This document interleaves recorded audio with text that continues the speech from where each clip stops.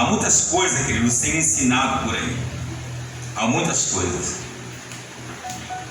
Mas quando a gente se volta para a palavra, nós vamos ver pessoas que lutou pelos seus direitos. Lutou por aquilo que sabia que era por direito legal da pessoa. Se você luta pelo seu casamento, é um direito constituído que toda pessoa que casa, que é casado e é registrado em cartório, essa pessoa tem direito legal sobre aquele casamento. E você sabe que o casamento, a forma que Deus vê o casamento, é uma forma pura. Toda a orientação de Deus para o casamento é uma forma de edificação da família. Aqui em Lucas 18,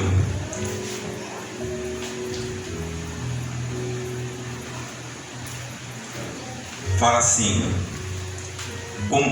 contou-lhes também uma parábola sobre o dever de orar sempre e nunca desfalecer. Repete comigo: o dever de orar sempre. O dever de orar sempre. E nunca desfalecer. E nunca desfalecer. Então Deus, Ele vai nos contar algo aqui a respeito da oração. E é justamente isso que as pessoas não querem fazer. Não querem fazer. Porque a oração vai requerer de você um tempo, uma consagração. Não é bom alguém profetizar para você? Sim, alguém trazer uma revelação de Deus para a sua vida, falar de coisas que está acontecendo dentro da sua casa, coisas que ninguém sabe. E quando você deitou a cabeça no travesseiro, Deus revelou o profeta e falou: você pensou assim, assim, assim, quando você deitou na noite de ontem. Como? Como que isso é possível?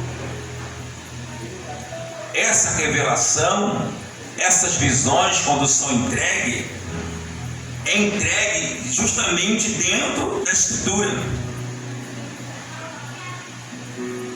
Então, a base da nossa vida, o requerimento que você pode ter é dentro da Escritura. Se você olhar para esse texto, você vai ver uma mulher viúva. E a mulher viúva nessa época que era uma mulher desprezada. Ah, como as viúvas sofriam, querido. Você não tem noção que nessa época, como que as viúvas eram desprezadas. Então Deus vem e pega uma mulher como exemplo, uma mulher desprezada, uma mulher que a vida dela foi só sofrimento. Então Deus pega a vida dessa mulher para dar exemplo, para que eu e você entendamos que ela se baseou no direito que ela tinha. E nesse direito que ela tinha, ela se baseou e ela então perseverou. Perseverou de tal forma que um juiz que não temia Deus, não respeitava os homens, era alguém que se achava superior às outras pessoas. Como isso é ruim? Você querer ser atendido pelo médico e o médico despreza você. Como que é ruim você querer ser atendido pelas autoridades e as autoridades não estão nem aí.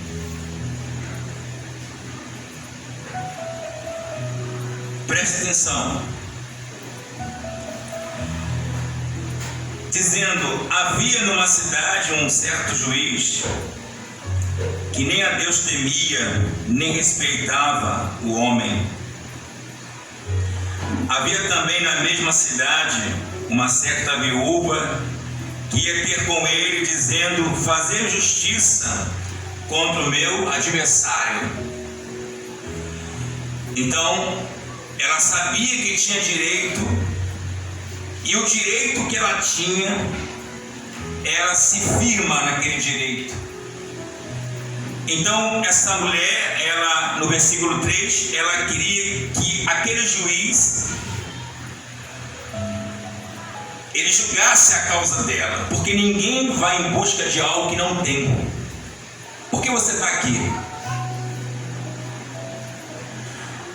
Se você está enfermo e você precisa de uma cura, então você sabe que na igreja Jesus, ele é o cabeça, ele sabe, você tem consciência que ele pode curar o teu corpo.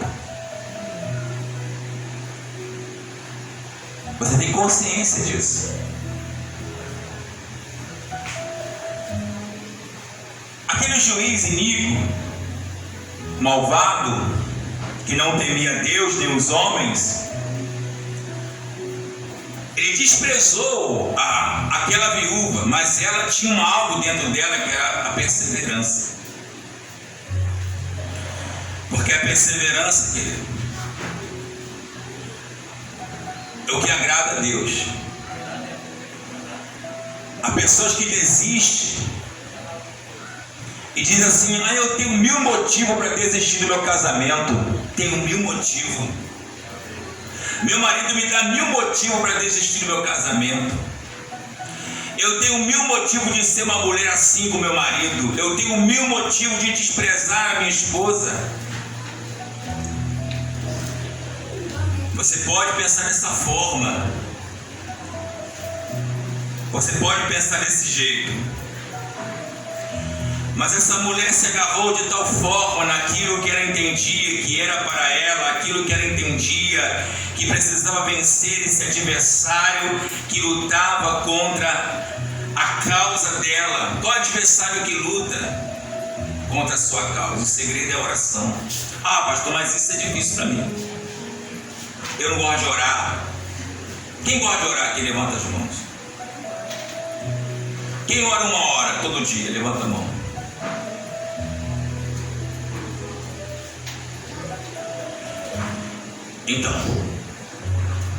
Então essa mulher, ela persevera de tal forma que faz com que aquele homem soberbo, orgulhoso, que despreza o pobre, o necessitado, aquele homem começa a ficar perturbado.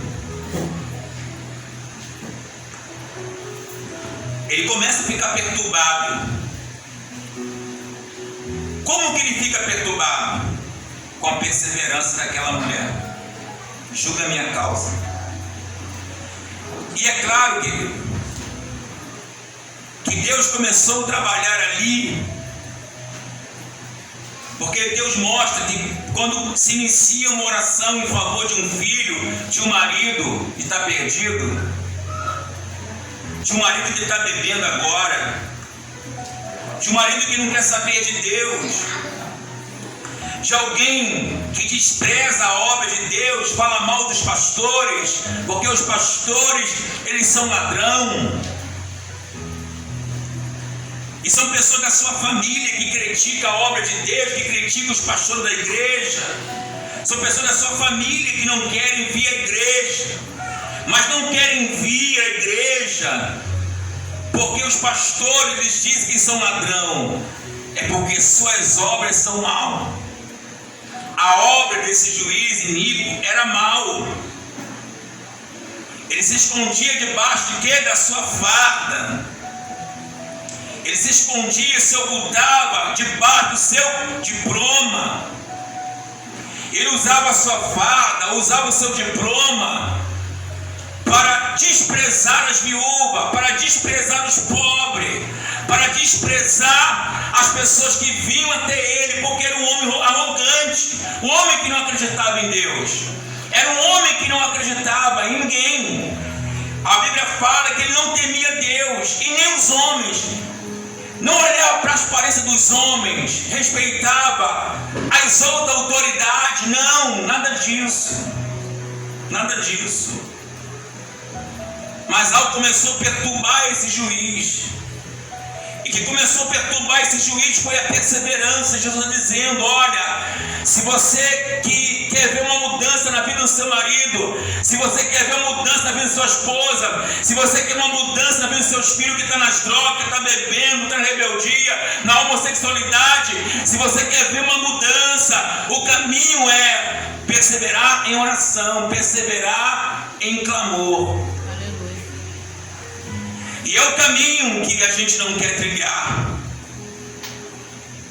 Por isso que eu digo, o que é melhor? É uma profecia, é uma revelação. É melhor do que tu botar o joelho no chão e ficar 2 meses, como fiquei 2 meses aqui nessa igreja, com os meus joelhos no chão, de madrugada, de meia-noite às 4 horas da manhã, orando por vocês, intercedendo por vocês, entrando em guerra por vocês. Mas quem vai fazer isso? Quem vai querer fazer isso? Eu poderia dizer: Senhor, parece até engraçado. Eu estou aqui 3 horas da manhã entrando em guerra, entrando em batalha espiritual, colocando a vida daquela irmã do seu marido, daquele irmão do seu filho, colocando a vida de cada pessoa. Não deixa o marido dela trair ela, Senhor. Não deixa.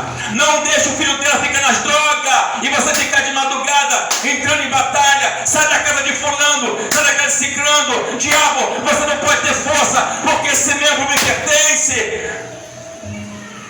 Então, o que é mais fácil? Pastor, o mais fácil é só receber a profecia, receber a revelação, do que ficar como o Senhor ficou. Só que quando Jesus fala sobre oração, ele não fala que o líder tem que ficar em oração, ele fala que a igreja tem que estar em oração. A igreja somos nós. A igreja não é essas paredes que está aqui. A igreja somos nós. Estamos enfrentando um adversário lá fora. Temos uma causa pendente na família. A nossa família não está na presença de Deus. O tempo está se findando, Jesus está voltando. E ele disse, aquilo que ele disse vai se cumprir. Eu vou buscar a minha igreja. Eu estou às portas para buscar o meu povo. Sua família não pode ficar de fora. Seu irmão não pode ficar de fora. Sua mãe, seu pai não pode ficar de fora. Porque se eles ficarem de fora, eles vão queimar dentro do inferno. O momento agora é perseverar em oração pela vida deles. Aleluia. Você pode glorificar o Senhor com as suas palmas. Então as pessoas falam, eu não vou à igreja por causa dos pastores que são ladrão. Não. As pessoas se defendem com esse tipo de jargão. Na verdade, as pessoas não querem ir à igreja porque suas obras são más. João capítulo 3. João capítulo 3. Evangelho.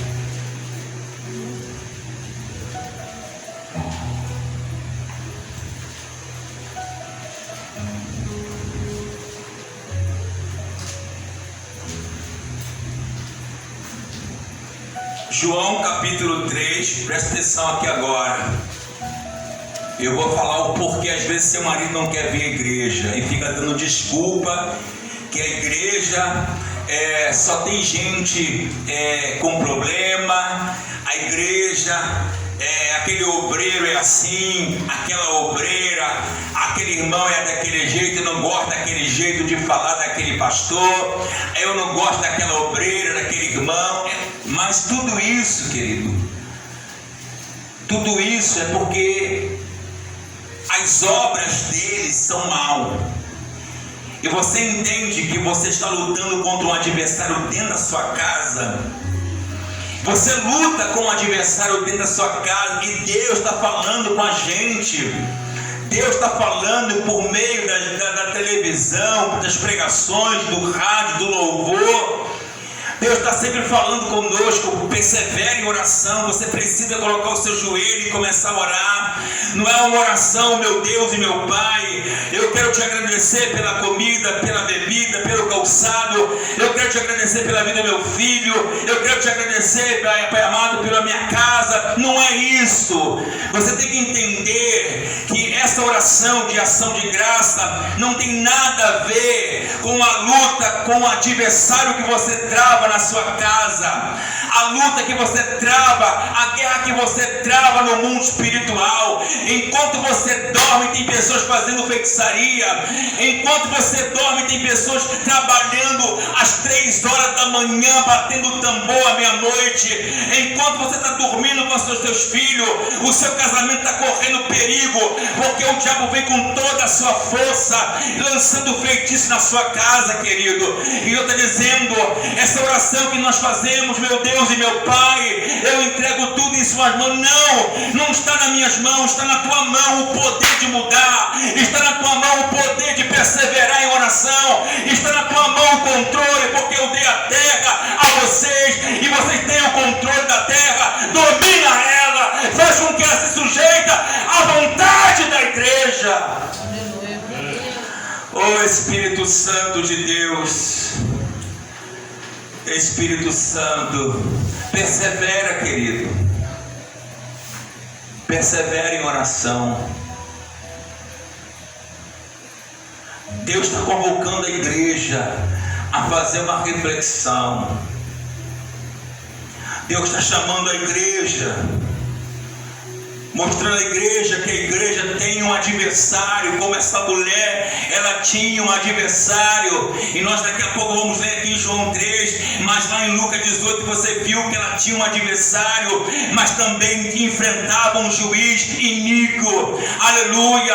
Ela tinha um adversário, mas enfrentava um juiz soberbo, orgulhoso, que não temia Deus nem os homens, que não queria saber de ninguém, não olhava para a aparência de ninguém, mas ela lutava contra o adversário da sua vida. Você tem lutado contra o adversário da sua vida? Porque quando tem arroz e feijão na geladeira, quando o marido traz arroz e feijão para casa, está tudo bem. Quando o marido coloca comida dentro da sua casa, está tudo bem. Eu quero ver quando faltar tudo. Eu quero ver quando as portas se fechar. Eu quero ver quando os filhos ficam sendo perseguidos na escola. Eu quero ver quando a calúnia vier, a mentira vier, e não podemos falar mais nada. Querido, Deus está alertando o seu povo, a sua igreja. Persevera em oração agora. Lute pela tua casa agora. Lute pelo teu casamento agora. Lute pela tua vida espiritual agora. Oh Espírito Santo, qual é o teu adversário dentro da sua casa? O meu adversário na minha casa é a rebeldia do meu filho. O meu adversário na minha casa, o meu filho está ficando com os trejeitos diferentes. O meu adversário na minha casa, que meu pastor, meu marido começou a pensar algumas coisas meio estranhas. O meu adversário na minha casa, que meu marido agora está chegando um pouco mais tarde. Qual é o teu adversário? Eu não sei. Qual é o teu adversário? O que inquieta você? Eu não sei o que incomoda tanto você. Eu não sei o tamanho da sua luta, da sua guerra, que tanto aflige sua alma. Quando você olha para uma coisa, você fala assim: como eu queria ter poder de mudar isso. Como eu queria ter poder de mudar isso, de abrir essa porta. Como eu queria ter poder. Aí Deus está dizendo: você tem o poder, só que você usa o poder de forma errada. Para que esse poder, para que esta unção, para que a minha glória se manifesta na sua vida, no seu lar, na sua família. Quando Deus fala sua vida, seu lar, sua família, Deus está apontando, dizendo assim: cada um será responsável diante de mim pela sua casa. responsável pela sua mãe e pelo seu pai. Cada pai será responsável pelos seus filhos. Então a responsabilidade de mudar qualquer situação é nossa, por meio da oração, da perseverança. Quando você começa a orar por alguém, aquela pessoa piora. Pastor, não é isso que acontece mesmo? Eu fui para a igreja, comecei a orar uma vez, orei a segunda, a coisa piorou dentro da minha casa. O meu marido, pastor, saía e voltava a determinada hora. Agora ele sai, ele volta mais tarde ainda, depois que eu fui para a igreja. Piora. Mas por que piora? Por que piora? Porque o diabo, ele viu que o adversário, você é um adversário dele, e você tem que entender que o diabo é teu adversário. E você tem que compreender isso, querido, que nessa batalha só tem um vencedor, nessa guerra só tem um vencedor. Não tem bandeira branca para o inimigo, não. No mundo espiritual não tem negócio com o mundo espiritual. O diabo não pensa, coitadinho dele, coitadinho dessa casa, coitadinho desse casamento, coitadinho desse recém-nascido. Não, o diabo não pensa, coitadinho de recém-nascido. O diabo odeia criança, o diabo odeia adolescente, o diabo odeia os jovens, o diabo odeia o homem. Porque ele veio somente para matar, roubar, destruir. Não existe outro pensamento dentro dele. Não existe a misericórdia do diabo. Não existe a bondade do diabo. Não existe essas coisas. Ele veio para matar, roubar e destruir. O que ele puder fazer com a sua família, ele vai fazer. Mas se ele olha para mim, olha para você e vê que nós somos adversário dele, ele vai lutar contra você. Por quê? Porque ele sabe a perseverança em oração, a sua dedicação em oração, o seu jejum, o seu propósito e uma perseverança por um longo dia.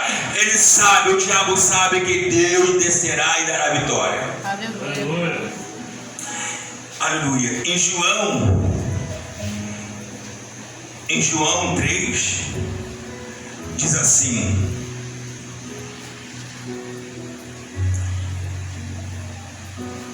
versículo 16: porque Deus amou o mundo de tal maneira que deu o seu Filho unigênito, para que todo aquele que nele crê não pereça, mas tenha a vida eterna. Você pensa na vida eterna, querido? Você sabe que quando a sua alma sai do seu corpo, bilhões, trilhões de anos, mas trilhões de anos, eternamente estará com Deus para sempre. Mas se a sua alma sair do seu corpo e o Espírito Santo não estiver em você, porque o Espírito Santo é o selo da sua garantia.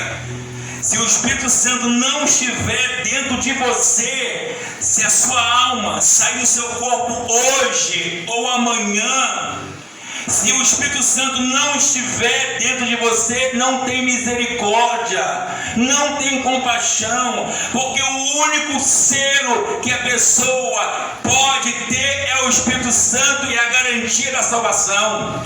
Se o Espírito Santo não estiver dentro do homem, o homem não é salvo. E Deus está dizendo a todo tempo: por que vocês me rejeitam? Por que vocês ficam me rejeitando? Por que você olha para os homens? Por que você atende os homens? O desejo da sua carne? Por que vocês me desprezam o tempo todo? O povo desprezando o Espírito Santo. Só que o Espírito Santo, ele é a garantia da salvação. É a garantia. Deus olhou na terra e disse: eu vou dar o melhor, eu vou entregar o melhor. E qual é o melhor? Jesus. Ele entregou o seu próprio Filho por amor a nós. Por amor a nós. O homem se desviou, o homem caiu e todos ficaram destituídos da glória de Deus. Não existe ninguém, não havia ninguém. A criança nascia e estava separada de Deus. O recém-nascido nascia, já estava separado de Deus. Por quê? Porque o homem pecou, querido. E só há um meio da pessoa ser salvo: por Jesus Cristo. Somente fazendo uma aliança com Ele, andando com Ele e sendo fiel a Ele. Ainda que muitas vezes caímos, ainda que muitas vezes enfraquecemos, ainda que muitas vezes tropeçamos, mas o justo cair 7 vezes se levanta. Porque Deus conhece o coração do justo. Então Deus entregou o seu Filho unigênito, para que todo aquele que nele crê, então existe, alguém tem que crer. E como é que eu vou crer? Ouvindo a palavra, porque a fé vem pelo ouvir, ouvindo a palavra da fé, querido. Somente por ela vem uma fé. Somente por ela o Senhor abre o teu entendimento para as coisas espirituais. Você luta na sua casa contra algo que você não entende. Você dorme, você tem sonho, você tem pesadelo com algo que você não entende. As coisas quebram na sua casa, quebra ali, quebra ali, quebra ali. Você luta contra algo que você não entende. Você luta contra algo que você não compreende. E Deus quer te dar o Espírito Santo. Ele quer que nós, como igreja, persevere em oração, porque esses adversários, eles terão que bater por terra. Pastor, por quê? Porque os meus parentes rejeitam a igreja. Vamos continuar, versículo 17. Porque Deus enviou seu Filho ao mundo, não para condenasse o mundo, mas para que o mundo fosse salvo por ele. Quem crê nele não é condenado, mas quem não crê já está. Então, se seu marido não crê, se seu marido não fizer uma aliança, ele já está condenado. Não sou eu que estou dizendo. Se seu pai, se a sua mãe não crê, ela já está condenada, mas não sou eu que estou dizendo. Quem está falando isso é o próprio Deus. É o próprio Deus. Ah, pastor, mas quem falou foi Deus, não foi homem. Quem crê não entrará em condenação, mas quem não crê já está condenado. Se a alma da pessoa sair para fora hoje, já está condenado. Ah, pastor, não tem misericórdia, não tem compaixão enquanto está vivo.